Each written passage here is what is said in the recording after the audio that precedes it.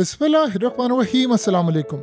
India के साथ बहुत बड़ा हाथ होने वाला है। अब आपको समझ आई है क्यों इंडिया ने बांग्लादेश के बॉर्डर पर अपनी फौज हाई अलर्ट की है। सवाल ये है, जंग तो पाकिस्तान से शुरू हो रही है, क्या वजह है कि इंडिया ने बांग्लादेश के बॉर्डर पर अपनी फौज को हाई अलर्ट कर दिया है और हजारों के हिसाब से फौजी भेज दिए हैं, डिफेंस सिस्टम इंस्टॉल है, तैयारे वहां मॉनिटर करे, क्यों?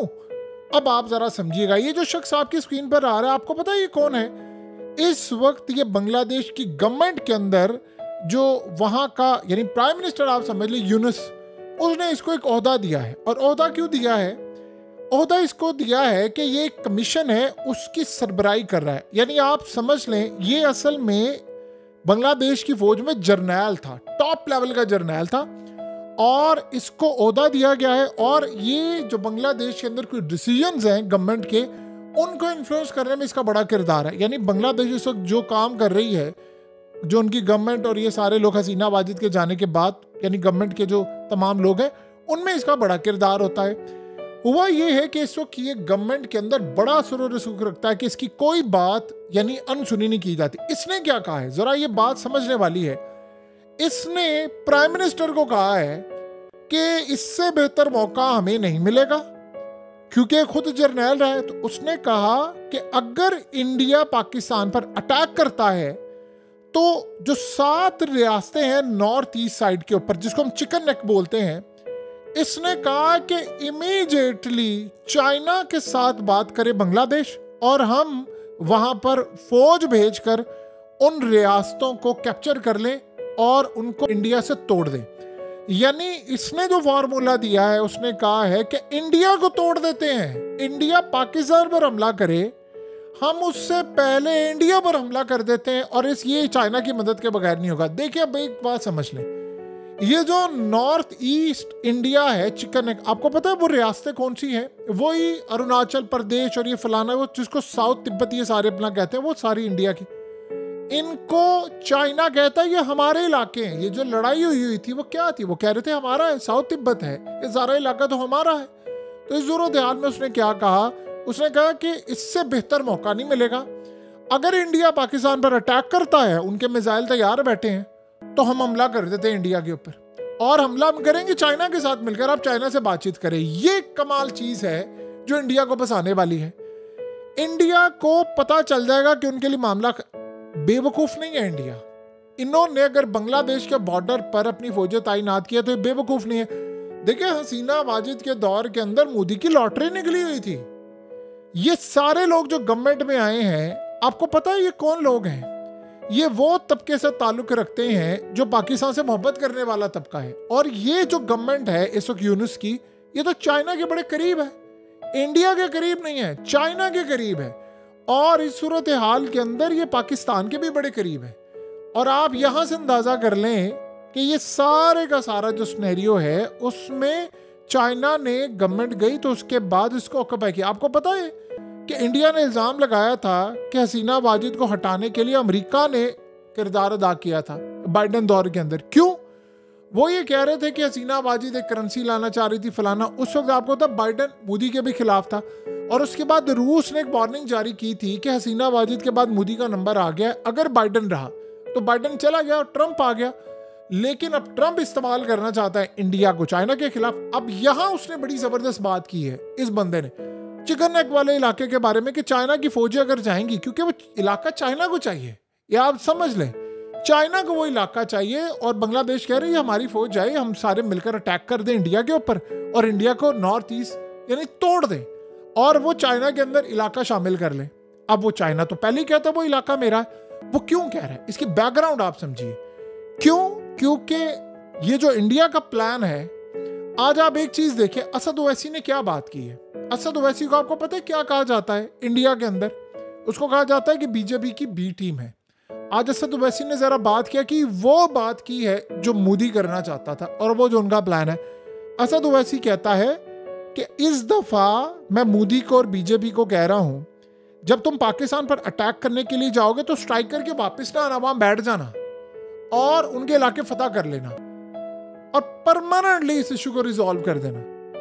यानी उसने कहा है कि इलाके फतह करो, परमानेंटली इशू रिजॉल्व करो, ये हमेशा के लिए हमारी जान छुड़ा। उसने कहा ये काम किए बगैर ना आना कि ये स्ट्राइक कर दिया वापस आ गए। उसने कहा नहीं, पूरी तरह इलाके फतह करो और फतह करने के बाद तुम इस सारी सूरत हाल के अंदर मामला क्लियर करो।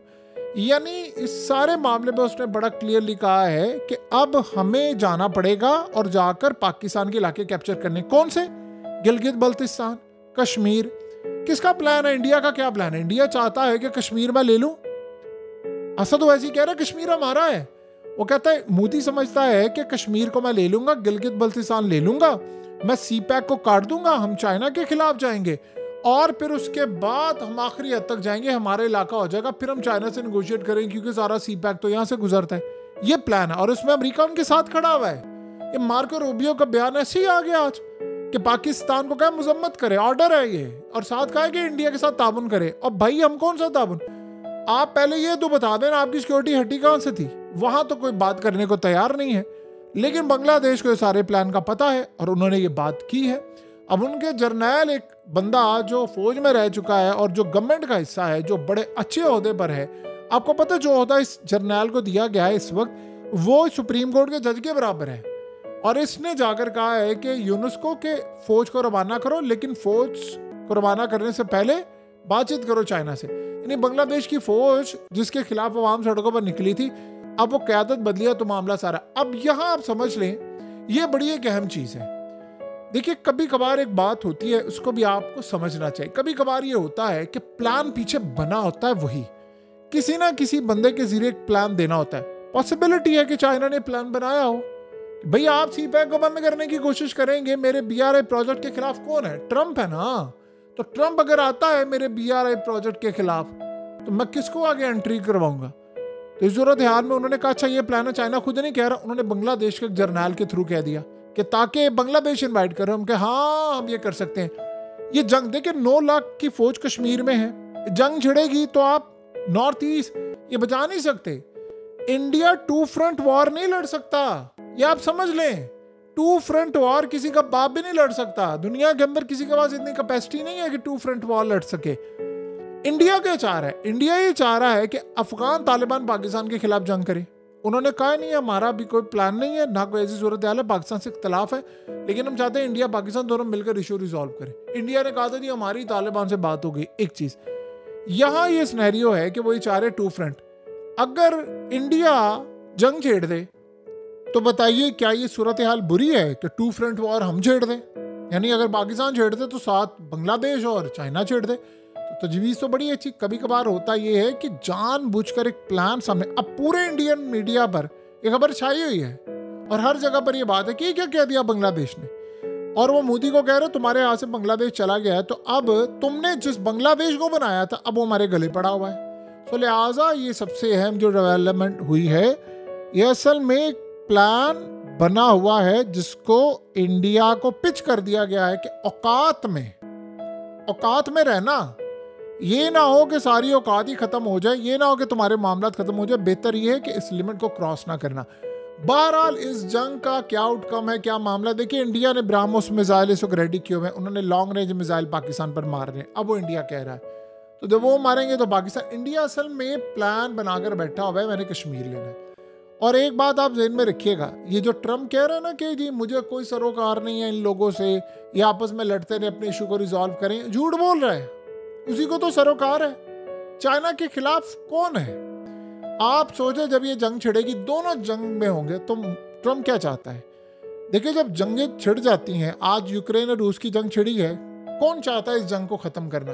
ब्रिटेन भी चाहता है, यूक्रेन भी चाहता है, लेकिन ट्रम्प क्या कर रहा है? उसने यूक्रेन से मादनियात का वायदा कर लिया ना, ले लिया ना, सारे मिनरल्स और तमाम चीजें ले उड़ाना आज 50-50 50-50%। अब वो बात करेगा पुतिन से अपनी शराइत पर। पहले उसने पुतिन को आगे रखा, यूक्रेन को डराया, शराइत रखी, अब बातचीत की, अब वो पुतिन से बात करेगा। अच्छा ये बात है, मैं फिर उसके साथ खड़ा हूं। तो यही काम वो पाकिस्तान इंडिया की जंग में चाहता है कि लड़ें दोनों, करें एक दूसरे के शहर तबाह।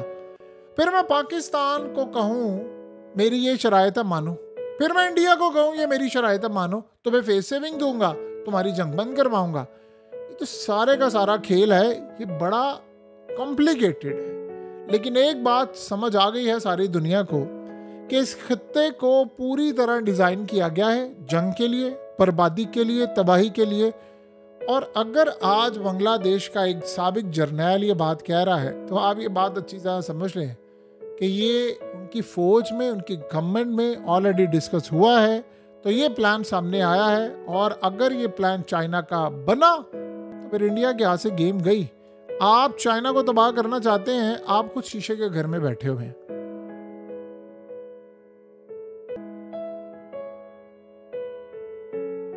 हकीकत टीवी को सब्सक्राइब करना मत भूलें, वीडियो को लाइक करें, शेयर करें और कमेंट सेक्शन में अपनी राय का इजहार ज़रूर करें।